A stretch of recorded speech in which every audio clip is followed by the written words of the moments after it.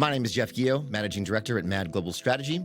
This is Explained with Jeff Guillot, Episode 4, talking about everyone's favorite topic, equity. I'm going to do something really interesting here and take a social and moral argument and put an economic spin on it. This is going to make me a lot of friends on the internet, I realize, but I think it's important for folks to look at a lot of these emotional issues in the following way. If you divorce your Judeo-Christian, moral, whatever it is that you pray to, and you take that away from your analysis of social issues, things like women's reproductive health, things like gay rights, things like immigration, things like drug policy reform, having all of these things within our society is good for economics across the board. And folks have to realize that the reason why all of these fundamental rights are mostly under attack is because folks look through the framework of morality. Well, government should not be moral. It should be inherently about generating economic activity. And if you look at it that way, all of these things make a lot of sense, right? If you allow for abortion to be a form of healthcare, you are allowing for less unwanted pregnancies and folks to be more socioeconomically mobile throughout their lives, right? And we've done this ad nauseum when it comes to gay rights too. Marriage is a business just like any other business. All people of all sexual orientation should have the equal right to be miserable in a marriage in their lives. And it is a business where we profit. And despite the fact that this became law in 2014,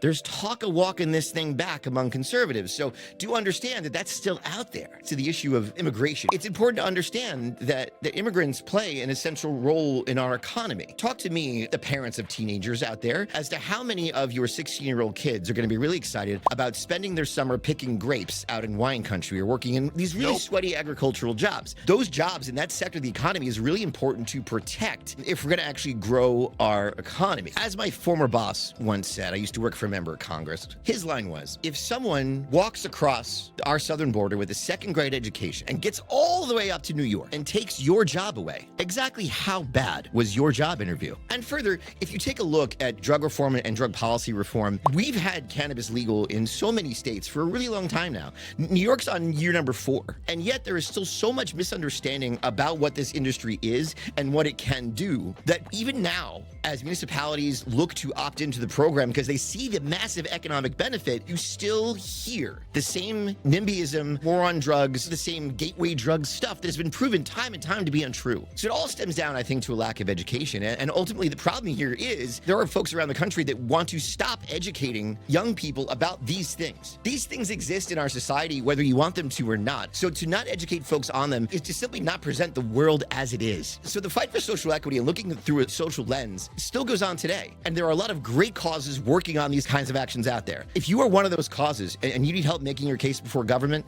slide into my DMs. Let's talk about it.